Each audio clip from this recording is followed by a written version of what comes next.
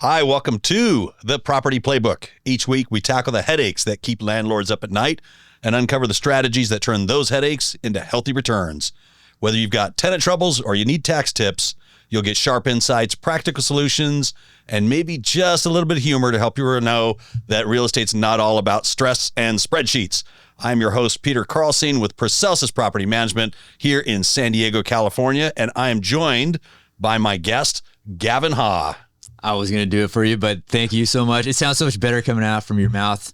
How's it going? It's going well. Thank you for being here. Thank you for inviting me. And I literally thought your podcast was called Praecelsus Property Podcast, the PPP.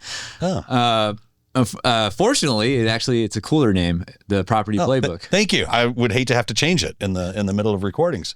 So it was a great surprise, and a huge shout out to you for starting this podcast, and I'm really excited to be here. Awesome. Well, thank you.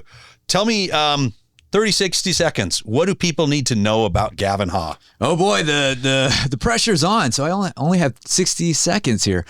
The background of Gavin Ha is I am a visual creative turned marketer, and then actually with a background in sales. So essentially come from a sales background. I was selling cameras, and because I was doing it so good that Geek Squad had actually pulled me to help them sell IT equipment, routers. And this is in the early 2010s. And at that point, it was really interesting how I didn't understand at first what was going on. And when I hung out at Geek Squad, I was like, oh, okay, I get it. You got to have that personal touch to streamline technology to your customers and let them know what's more important to them or what are their needs, and to not bombard them with tech talk. And that spawned this element of understanding how needs, goals, and business all combine together with what I do, photography or video, has a purpose. Okay. That's where I am now. And I have plenty more things going on, but this is one of my passions, and I'm actually very fortunate to do this as a business. So what got you passionate about photography and videography? I'm here with you, Peter, and I'm going to keep it straight. Let's keep it real. 100 here.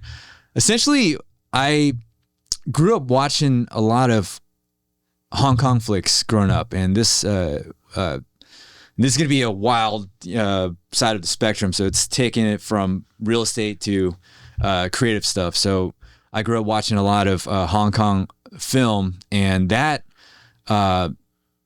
obsession of trying to find out what stories were out there, because it was very unconventional to what we would see in Hollywood. And I thought it was really interesting because I saw another perspective. And so always seeing another perspective was kind of the key ground element of making me want to tell a different side of any story. And through there, when I would see different stories out there that had really terrible endings, I said to myself, man, I think I could do a better job. And, you're an arrogant teenager, and that essentially led the creative drive to come up. But thankfully, through the grounding experience of working at Best Buy and selling and understanding that things need to, we're in a capitalistic society. We can't always just be creative and artsy. We have to understand how commerce works. And that was what balanced out that creative side of me and took me to where I am today. And I'm thankful to be in the real estate space with you and applying this property playbook. Well, you've already done pictures at least several dozen properties of ours. Yes. And I know with your company, Visual Rhythm, it's about a lot of it's focused on telling a story. Yes. How much of a story can you really tell through photography when you're prepping a property for sale or for rent? I love that. It's a great question. So this actually goes back to how my philosophy is when it comes to marketing for businesses. Number one thing that you and I own is authenticity. Oh. You cannot replicate that. You cannot fake that. And it's so much easier to just be yourself. Now, hear me out on this. So if you were a house You could dress it all up. You can make it all fancy. You can make it look like it belongs at Disneyland. However, if that's not you, if that's not authentic to the property owner, then you're wasting your time and energy. Whereas I think that, pull me back here. So the element that I'm getting at is that authenticity wins every time. Yeah. Excellent. You can't fake authenticity? You can't. Okay. You can't at all. And it's so much easier to be authentic versus trying to be something that you're not. So if you're, for example, since we're talking about property and the photography that we do for your properties, my number one thing that I come into with this mindset, when I go to any properties that have owners there and they're still living there, it's not empty. One of the things I think about is that they have to try to declutter. The reason why they want to declutter is that they are depersonalizing their space, right? We want to show the authenticity of your property for what it is. And yes, we are at a point in technology where we can make it amazing. We could do all this editing. However, we want to be able to save time for both you and the photographer. The faster we are to completing the project, the faster we can get your listing out there, the faster we can find your tenants. So you're talking about authenticity, not necessarily the authenticity of the individual that's has their house up on the market. There's an authenticity aspect of the property. Yes, there is. And it sounds kind of weird. Like, why are you putting a personality onto a house? The thing is, Southern California, especially here in San Diego, a lot of houses are very similar. And so when you get inside, and if you can showcase your space, organize it in a way where it's authentic to the owner and it draws in the person who's about to try to either rent it or buy it, you have something going. Okay. What are the top things that somebody can do to get their house ready? You talked about decluttering. Yes. Is there anything else that people can do to get their property ready to go so that you're able to really display the authenticity of their property? Well, if you don't mind, I want to elaborate further on this authenticity part. Sure, please. So essentially, when we do this, when you create an authentic display of your home, what you're doing is essentially creating a filter in the marketplace, right? And you want to be able to set a filter for not only for yourself, but for the property owners and the tenants themselves. So for example, if you have a photograph, a really nice lit photograph of your home, you're able to essentially skip the people who are scrollers, right? So actually, no, let me pull that back. What I meant to say is that if your home is displayed in a way where it's dark and it just doesn't seem appealing at all in general, it's going to get skipped. Now, if you have a place that's bright lit, organized, decluttered, imagine that person who could turn out to be a bad tenant might go like, this place, I really got to, I got to make sure I do the right things to apply for this place even. So going back to that, you want to be able to utilize these photographic tools or assets to screen your tenants and also to be, and it's not so much to stand out in the marketplace. That in itself comes back to authenticity, right? So it's like, okay, this is what it is. The tenant or in this case, we're not selling homes. We have tenants that want to go to, in reality, the place that they saw on the photograph. And that's where I'm referring to the authenticity. And I want to really highlight and elaborate that point, is that we are not lying to the potential tenants, essentially. Understood. Yeah. That makes sense. We're not dressing it up, overdressing it up. We're just showcasing it for what it is, but we're doing it right through proper decluttering, depersonalization, and organization. Now I can get into the tips here. So I just wanted to clarify that. Please, yeah. So with that being said, this is where the money is really made here. In prepping your home, you've already done half of the work. Photographing a home is only half of the work. If you prep up the place, for example, when we look at the key factor points, and I actually have a funny story. So there's a saying, there's skeletons in a closet in some places. Well, I've seen skeletons in the bathtub. Oh my gosh. The pantry. Real or fake? No. Oh, not real, but hypothetically. Okay. Or no, what's the word I'm looking for? Metaphorical? Metaphorically, okay. Yes. Okay. And so ultimately, what we want to do is in the declutterization of your home, the key areas that you want to make sure that is very depersonalized is the kitchen, the bathrooms, those two places. Interesting. I would never ever guess the bathrooms. Like, obviously bathrooms are important. Everybody goes there. It's probably one of the more used rooms in the house. Before I shot with you, some of the people that have had the property owners that I've shot at, I went to their homes. They still had their Colgate, the Crest, all laid out. And we had to spend an extra 20 minutes to clean it all out. Cause let's say they had 3 rooms and they're like, oh, I'm sorry. I thought, it's we're going to do like an Airbnb. Well, here's the thing. You have long-term tenants versus like these transient renters. So you have these people who are going to stay here for a long time. And for you as a property owner, you want to make money, right? You want to keep them there for a long time. I would hope so. Yeah. And so, with a good property manager, that helps.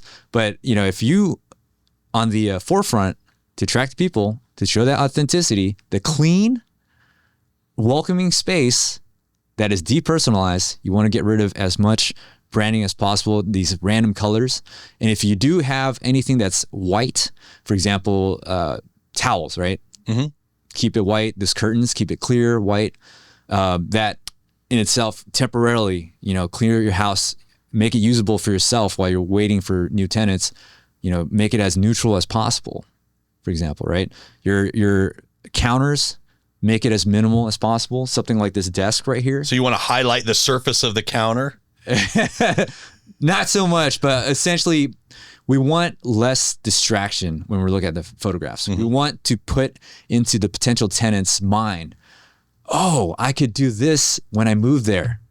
That's ultimately what we want to do. And yes, even though we're not selling, but we want to be able to sell their living space in their head already. If we're already in their minds with that imagery, we've already won half the battle.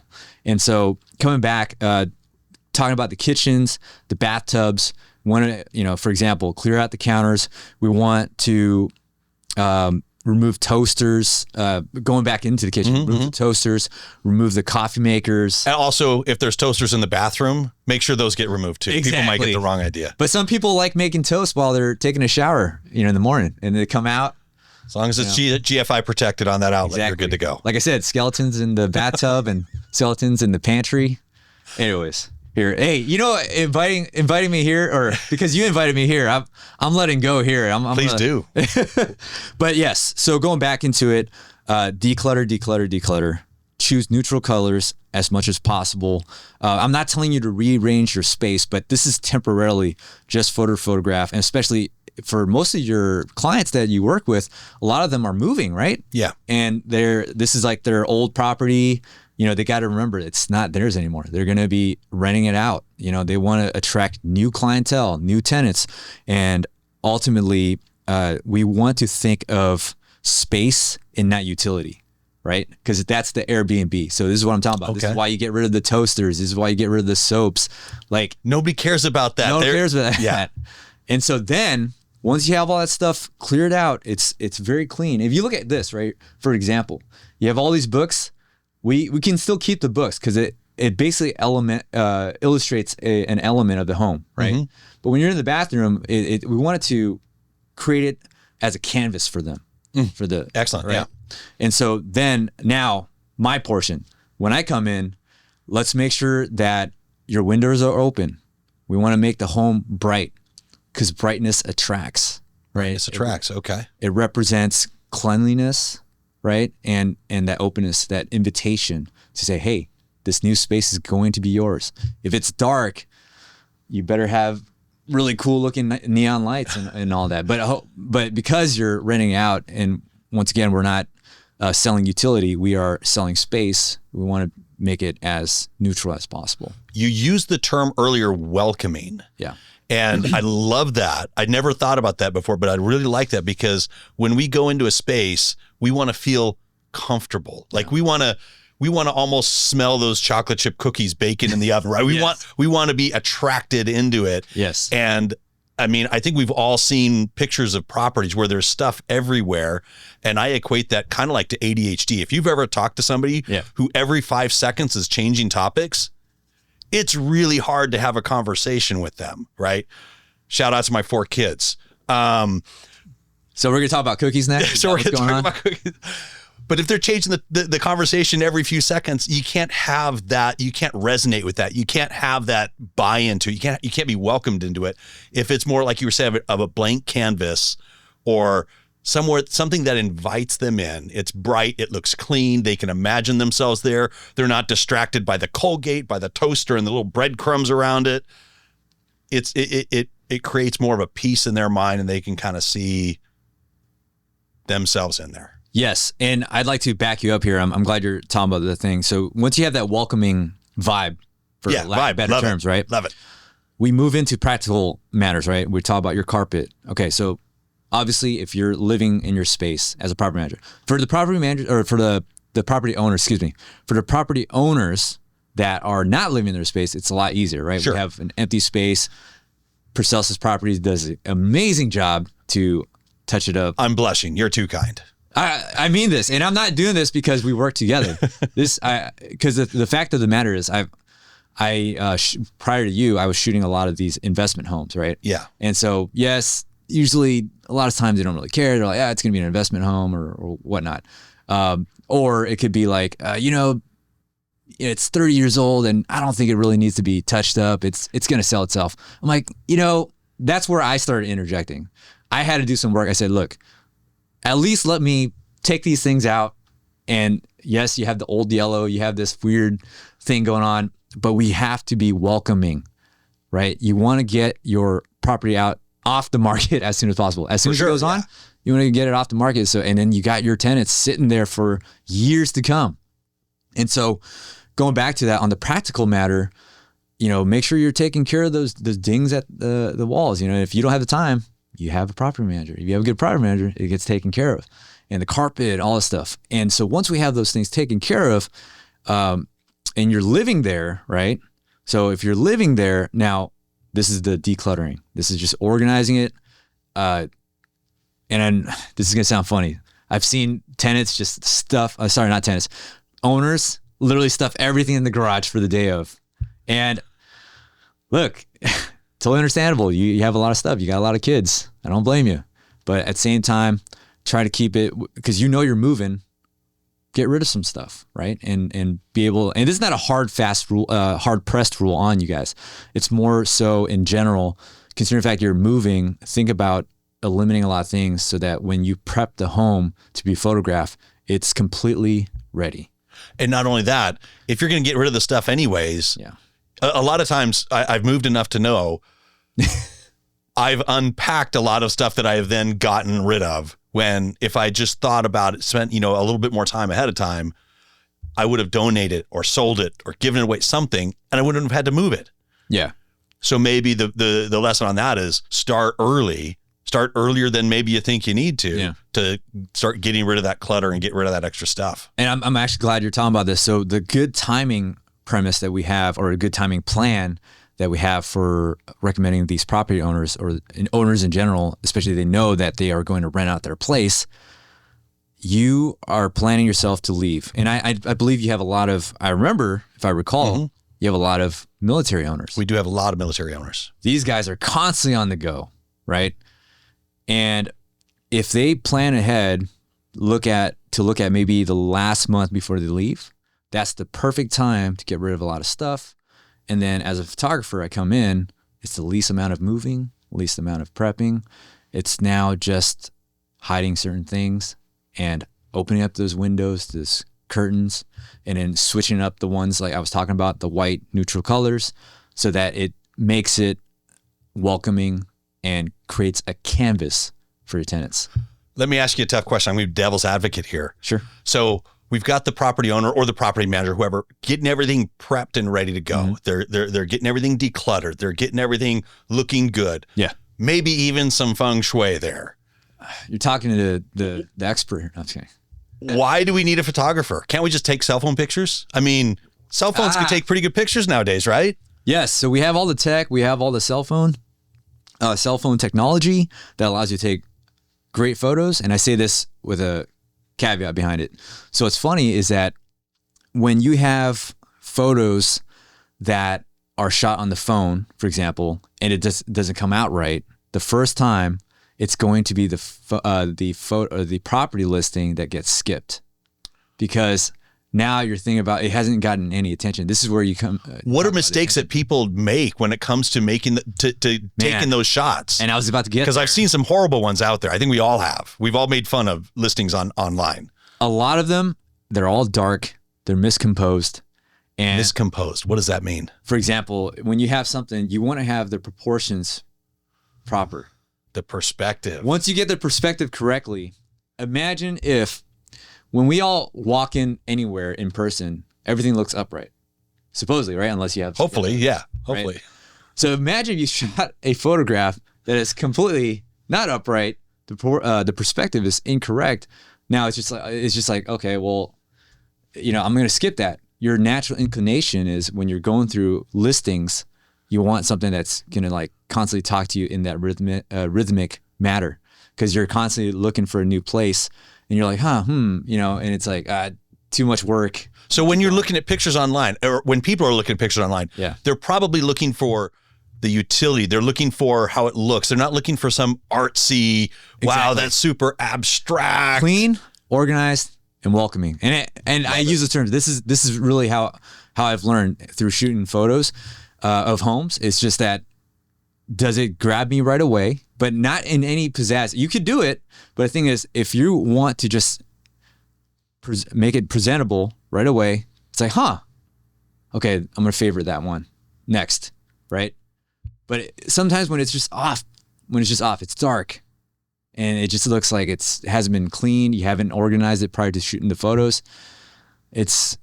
It doesn't stand out. They're like, I don't want to rent a tube of Colgate toothpaste. I want to rent a property. So we're going to skip through that. Exactly. And I really want to be genuine about this too. One of the things too about the phones is that, yes, it is good. And for me personally, being a photographer for so many years, I can utilize the iPhone to its maximum potential. However, there's a lot of people that they want to get away with the shortcuts and just think like, this is good. And yes, it's out there, but the thing is, you want to be able to draw in your potential tenant and also use that as a filter to look for the best tenants, the best quality tenants. Are you telling me that maybe the best quality tenants are not attracted to dark, blurry, too wide of an angle fisheye lens, or like, do you take a picture and you can see? Really? Okay, I'm glad you brought that up. I'm going to have to interject here. So one of the things too I learned early on is that you don't want to have ultra wide lens that makes it distorted. Remember, back to that perspective. Yeah. When you do the distortion, now you're just creating things it's more visual work that the viewer has to do, where it's like they have to kind of make it out. But if you have a good photograph, now I've assisted you to make you do less work and try to decipher what's going on.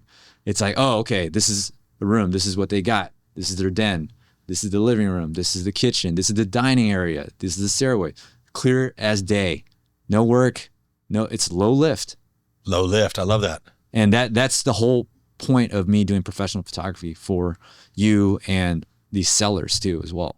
So ultimately, the phone itself, while technically, yes, you could say it gets the job done, but has it gotten the job done right? How many chances did you get at a first impression? Oh, it's called a first impression, right? Yeah. You got me there, man. Excellent. Well, this is really good information. I love it. I love the concept of being welcoming. I love the concept of, having clarity, and, you can even tell a story through the pictures, through the photography. You can highlight aspects of the property. And and you know, you bring up the wide angle lens. I've been guilty of that so many times in the past, and I've looked at pictures where I'm like, wow, that kitchen sink, it's 5 feet wide. How is that possible? That's a 10-foot wide window. Now imagine if I was a tenant, I come in, I'm like, hey, I thought this was like this. Yeah, you're like, this, no. And if they're lying about that, what else are they lying about? And so it goes back to the authenticity. And that's where the story and authenticity line up the best. It's just, am I going to a place where I saw what I saw? That is really it. If I'm doing something that is, hey, anything to get the attention, please rent my place now. It's basically doing a disservice for both the owner and even you. Yeah. You don't want to come off desperate? Thirsty? You have some desperate stories? I mean, I have too many to tell here. I'm here to. I'm not only here to talk. I'm here to listen. Here, Peter. We'll go offline, and you can charge me the therapist rate. Man, this is it over already? This is going too quick, man. This is going quick. Yeah. So, no, I appreciate you being on.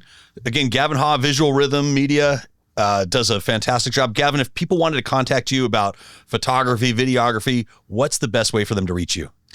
Hit me up on Instagram at Visual Rhythm. So at VIZUAL Rhythm. RHYTHM. I'm like, how do you spell it? I can't even spell it in my head too. I can never spell rhythm right. I always forget that first H. Yes. So remember, authenticity is about finding your move to make them groove.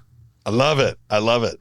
Thank you, Gavin. Appreciate it. I hope I answered most questions. I feel I could go on and on with you. Maybe we'll throw you on another episode here. Sure. So yeah, I appreciate everybody. Thanks for listening. If you want to hit like, hit subscribe, check us out. Check out some of our other episodes we have. If you ever need to reach out to myself as a property management professional, if you're looking to get your property rented, if you have any questions about what to do in this kind of market, reach out to me. You can visit us online, www.praehomes.com, PRAEHOMES, or you can just reach out to us through that. You can also find us on social media, Facebook, Instagram, and maybe one of these days I'll get brave and do TikTok. I don't know. We're not there yet. But or maybe by the time this airs, we will. He's probably I'm gonna record some dancing videos for him after this. No. You get a little bonus. No, we'll cut that part out. Awesome. Thanks, Gavin. Have a great rest of your day. See ya. Awesome.